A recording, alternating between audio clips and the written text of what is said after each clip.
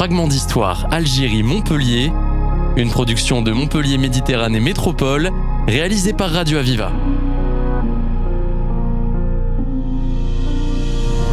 Rapatriés, harkis, appelés. Ils ont vécu en Algérie, y ont laissé leurs racines ou leur jeunesse, puis se sont installés à Montpellier. Découvrons comment les événements ont bouleversé leur vie personnelle et familiale. Camille Tabé, bonjour. Bonjour. Vous êtes professeur agrégé en histoire-géographie à la retraite. Vous vivez à Montpellier depuis 1980. Exactement. Vous êtes né en juin 40 à Alger dans une famille juive modeste et nombreuse. Vous avez quitté votre ville natale en 1961 à l'âge de 21 ans dans des circonstances assez difficiles. Quelle est l'histoire de votre famille sur cette terre algérienne ? Alors, ma famille vient de très loin. Du côté de ma mère, on en a des exemples bien précis. Ils venaient d'Espagne. Ils ont été expulsés en 1492 par la reine Isabelle la catholique. Et ils ont été emprisonnés, puis dans des conditions très difficiles.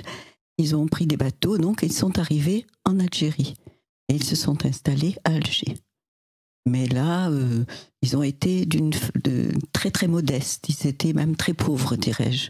Vraiment, très, très pauvres. Quelque chose qu'on ne peut pas imaginer ici, en France, et surtout en cette époque.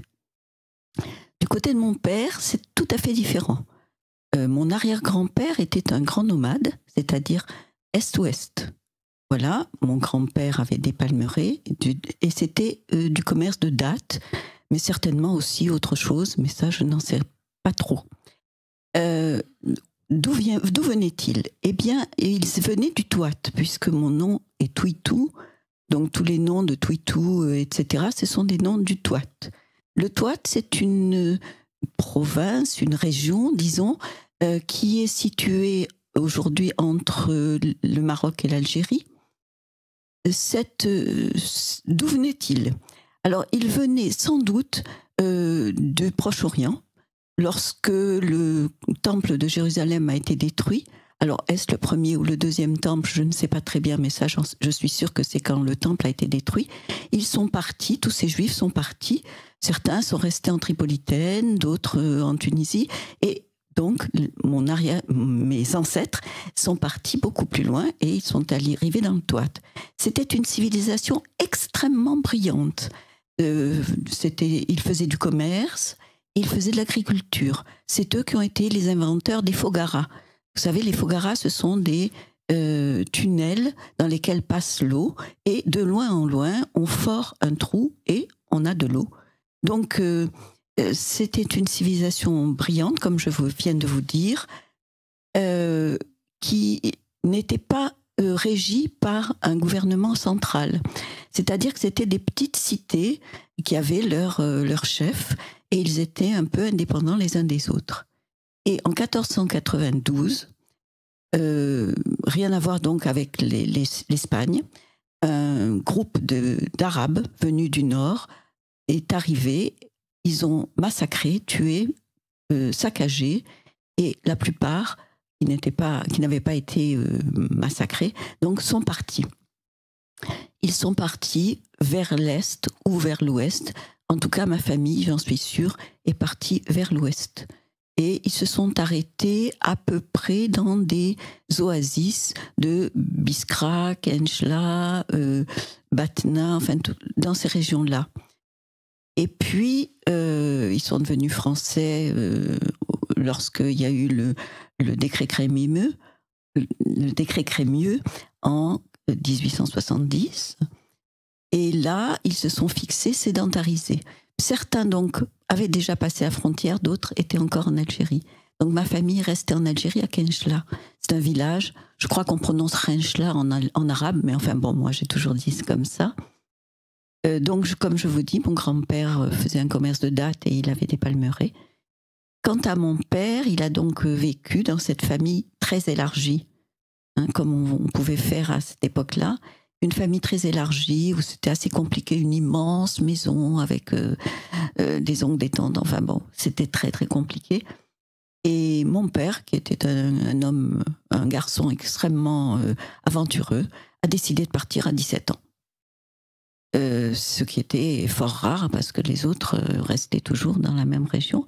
Il est parti à 17 ans pour Alger. Et là, il a fait toutes sortes de métiers pour essayer de s'en sortir. Il a été boucher, il a été docker au port, il a été toutes sortes de choses. Il voulait toujours apprendre. Et il a appris la comptabilité et il est rentré au Tabac du Globe, en Algérie, à Alger, comme interprète, parce qu'il savait... Sa langue maternelle, c'était l'arabe, j'ai oublié de le dire. Oui, sa langue maternelle, c'était l'arabe, et jusqu'à 17 ans, il ne parlait pas grand-chose autre. Mais il avait un père extraordinaire, donc mon grand-père, avec lequel je n'ai jamais parlé, puisque lui parlait arabe, et moi, je n'ai jamais su l'arabe. Ce père était un officier juridique, je ne sais pas comment dire, c'est-à-dire qu'il connaissait les lois arabes, juives et françaises, et il réglait les problèmes, les problèmes quotidiens.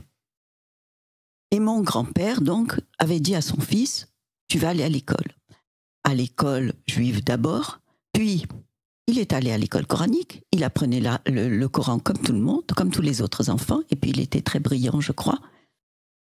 Et lorsque une école française s'est installée, hop, mon grand-père l'a envoyé aussi à l'école française. Donc il avait les 3 civilisations dans sa tête, et il parlait les 3 langues, parfaitement. Bon, je reviens à Alger, à 17 ans, il fait toutes sortes de métiers, et finalement, il devient comptable au Globe. Voilà.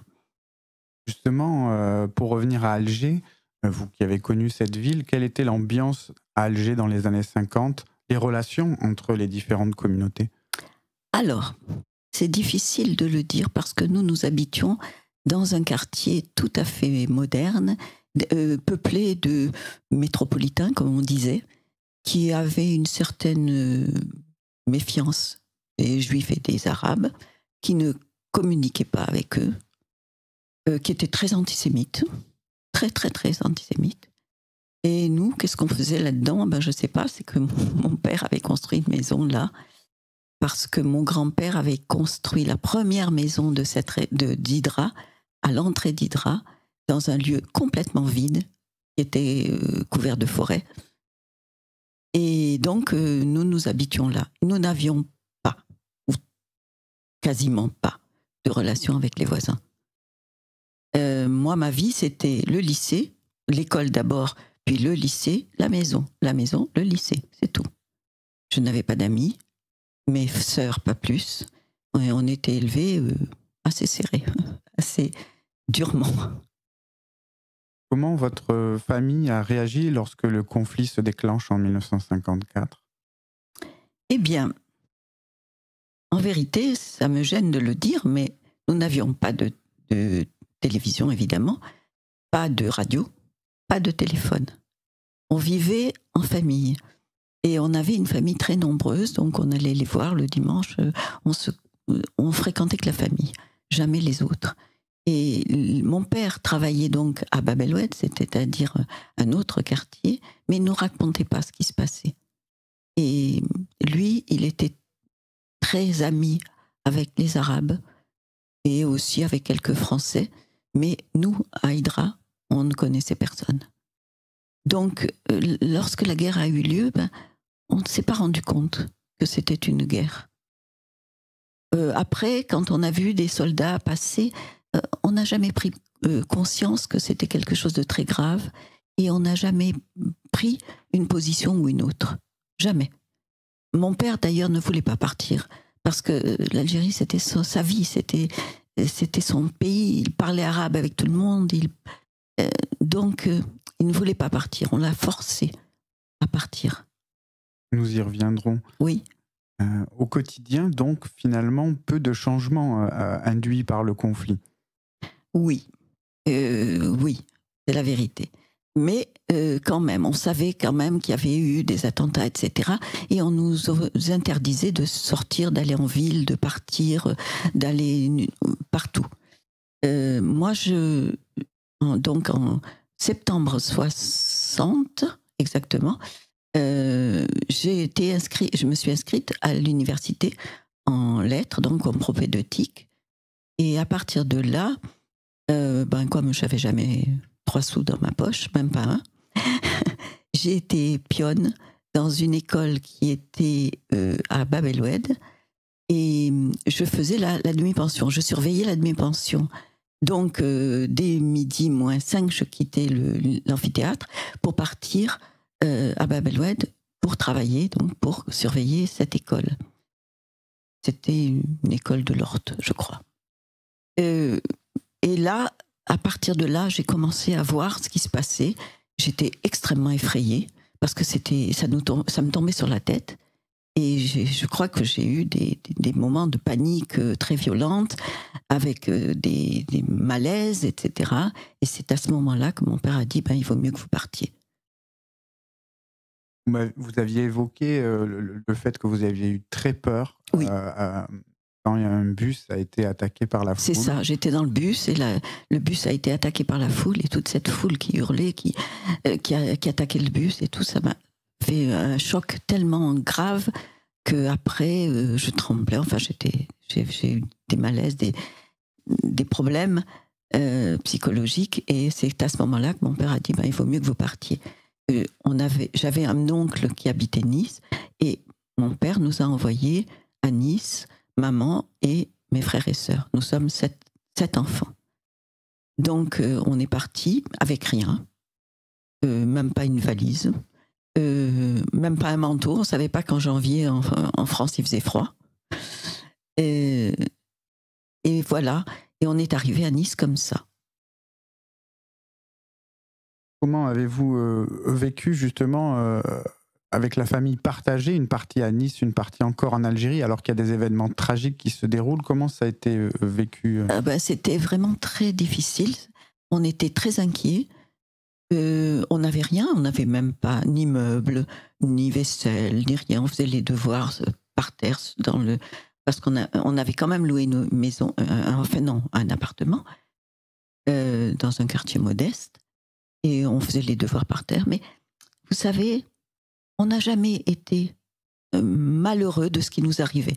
Mes parents étaient des gens extrêmement optimistes. Ils allaient toujours de l'avant, et on se disait toujours, il ne faut jamais se retourner. La femme de Lot, ou bien encore Eurydice et Orphée. Tout ça, c'était des choses que mes parents disaient, on ne se retourne pas, on va de l'avant et on va s'en sortir. Quels étaient vos sentiments envers à la fois la rébellion, puis l'OAS, et peut-être aussi l'arrivée du général de Gaulle au pouvoir? Alors, en fait, je n'ai jamais, et mes parents non plus, pris position ni pour l'un, ni pour les uns, ni pour les autres. C'était des choses qui arrivaient, qui nous dépassaient, et on se sentait pas ni de discuter, ni même de donner un jugement. On comprenait pas trop. Enfin, c'est pas qu'on comprenait pas, c'est que chacun vivait de son côté, et voilà, on n'a jamais pris position, jamais, ni parti. Quant au général de Gaulle, alors oui, lui, on était extrêmement favorable au général de Gaulle, d'abord parce que mon père avait été résistant, et il avait fait partie de ces gens qui ont aidé les Américains à entrer en Algérie. Il avait été prisonnier, ils se sont enfuis dans son groupe, certains ont été tués, enfin bon. Donc le général de Gaulle, c'était quelqu'un d'exceptionnel pour toute la famille, parce que tous mes oncles aussi ont fait la résistance. D'autre part, j'ai assisté, alors sans rien dire à mes parents, je suis allée voir sur la terrasse, sur le forum, lorsque il a été discuté, lorsque le général de Gaulle est arrivé. D'abord, j'étais très surprise que tous les gens hurlent. On lançait un mot et hop, ils prenaient ce mot et ils répétaient, etc. Je me disais, mais ils sont stupides quand même. Ils sont incapables. C'est ça, la foule. Bon, j'étais très, très bizarre. Je trouvais que c'était très bizarre. Et puis quand il a dit « je vous ai compris », je crois quand même que chacun a compris pour lui-même. Aussi bien les Arabes que les Français, que les Juifs, que tout le monde a cru qu'il nous avait compris. Et d'ailleurs, plus tard, lorsque j'étais enseignante en histoire, j'expliquais ça à mes élèves et je disais, je vous ai compris, mais qui avait été compris? On ne sait pas, on n'a jamais su. C'était vraiment politique. Hein, voilà. Un petit peu un espoir déçu. C'était un espoir, peut-être qu'on avait envie de s'accrocher à cet espoir et que chacun y croyait. Et on pensait que c'était vraiment l'homme providentiel qui allait nous sauver. Cependant, on était tous quand même favorables à une Algérie française. C'était notre pays, on parlait français, on était dans des lycées français, on vivait... Et même mes petites camarades qui étaient arabes, elles étaient très, très proches de la culture française, elles parlaient français, elles étaient françaises. Voilà. Vous parliez de Nice tout à l'heure. Est-ce que vous pourriez décrire un petit peu les rapports que vous avez eus avec les métropolitains lors de votre arrivée? Alors, toujours comme d'habitude, pas trop de rapports, mais j'allais avec maman, parce que j'étais la plus grande, j'allais avec maman au lycée du Parc Impérial pour inscrire mes petits frères et ma petite sœur. Et là, le proviseur a été adorable. Il a inscrit des enfants, il nous a aidés. Enfin, il nous a dit, si vous voulez, vous avez besoin de quelque chose, on est là. C'était un homme admirable. Bon, on n'a rien demandé, bien sûr, mais on savait que les études allaient continuer. Parce que pour ma famille, les études, c'était la chose la plus importante. C'était l'ascenseur social, c'était l'occasion d'avoir un métier ou de travailler. Sur 7 enfants, il y en a 4 qui ont un diplôme de docteur. Il y en a une, moi, qui suis agrégée, et les autres sont à Bac+5 en physique ou en sciences biologiques. Donc, on a tous fait des études. Mon père, il tenait beaucoup, beaucoup, beaucoup. Comment cette histoire particulière, comment vous l'avez transmise vous-même au sein de votre famille, à vos enfants, à vos proches? Je crois que je n'ai pas dit je vais vous raconter, etc. Non, pas du tout, mais on vit avec. On parle de la grand-mère, on parle du grand-père, on parle des oncles que mes enfants ont connus. Certains on les ont connus. Et puis, ils savaient qu'on avait été attachés à l'Algérie et surtout au fait qu'on était français en Algérie. Et voilà, ça s'est passé naturellement. Mes enfants auraient voulu que nous allions en Algérie voir le lieu. Mais moi, je leur disais toujours, un lieu n'est intéressant qu'avec les gens qu'on a aimés. Mais un lieu tout seul, ça n'a pas de sens. Enfin, c'est ce que je me disais. Enfin, je ne sais pas. Peut-être un jour irai-je, je ne sais pas. Je vous le souhaite. Quel regard vous avez sur l'Algérie d'aujourd'hui? Oh, c'est triste. C'est triste. Parce que les gens ont été manipulés par les gouvernements algériens. La France a laissé une infrastructure énorme, des hôpitaux, des trains, des voies ferrées, des routes, etc. En fait, toutes les infrastructures, ils n'ont pas su les utiliser. Et lorsque j'enseignais, j'ai un jour, dans le cadre du programme, attention, j'ai jamais rien fait d'autre, je leur ai dit que la France avait fait des infrastructures. Et il y a un garçon arabe qui m'a dit « Non, madame, c'est pas vrai. » Comment c'est pas vrai? Ben oui, on nous dit que la France n'a rien fait.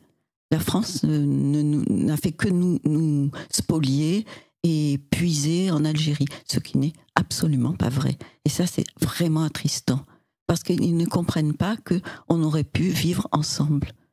Vivre bien ensemble, et que la France a fait des choses, bon, peut-être des erreurs, c'est bien possible, du point de vue politique, il y a eu des erreurs, ça, c'est certain. Mais ils auraient pu utiliser toute cette infrastructure pour développer le pays. Vous savez, j'étais beaucoup au Vietnam, et je me suis dit que là-bas, ils ne sont pas revanchards, ils ont utilisé tout ce qui a été fait par les Français, et même... pourtant, ils ont eu la guerre avec la France et la guerre avec les Américains. Ils ne sont pas revanchards, ils se sont mis au travail et le pays s'est développé. Moi, je trouve attristant qu'un pays soit tombé comme ça. L'Algérie, c'est un pays pauvre. Enfin, pour le peuple. C'est triste pour le peuple. Bon, voilà. Mais évidemment, moi, je n'ai aucune force pour le dire. Toutefois, il y a quand même une certaine légitimité à la révolte qui a eu lieu, puisqu'il y avait des inégalités, on va dire, économiques et de droits politiques qui étaient assez fortes à l'époque. C'est vrai, c'est vrai. Il y a eu surtout politique, ça c'est tout à fait évident. Cependant, il faut quand même savoir, j'ai des cousins qui ont été bénévoles pour enseigner dans des mechtas. Hein. Moi, j'ai enseigné... non, j'ai enseigné plus tard en France. Mais je veux dire, j'ai beaucoup de parents et d'amis qui sont restés en Algérie et qui ont enseigné. Je pense que par l'école, ils auraient pu arriver à développer l'infrastructure qui était déjà en place. C'est dommage.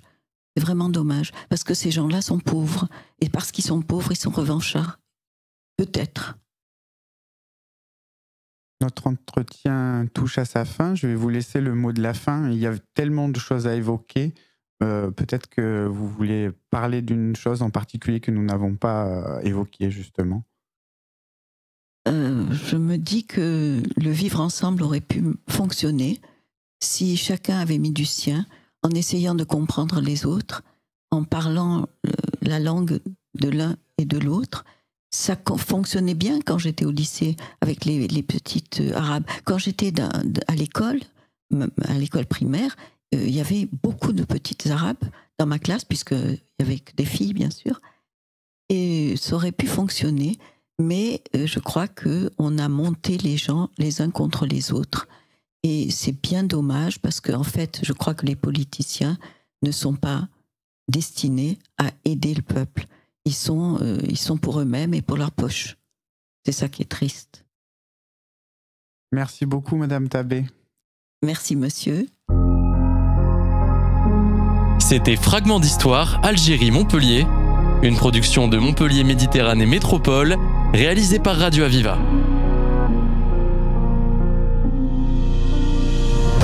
Rapatriés, harkis, appelés. Ils ont vécu en Algérie, y ont laissé leurs racines ou leur jeunesse, puis se sont installés à Montpellier.